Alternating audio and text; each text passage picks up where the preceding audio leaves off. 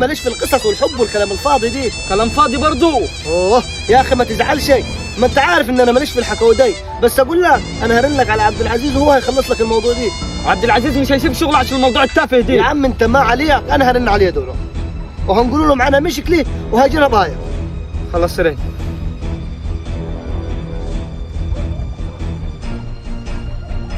الو ايوه عبد العزيز، ما تطولش معنا مشكله يا صاحبي عند الارض بتاعتنا على حوار بطال وحصله حوار كبيره وتعال.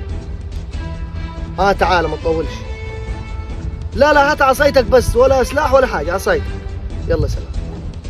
جاي، مش قلت لك هي جاي؟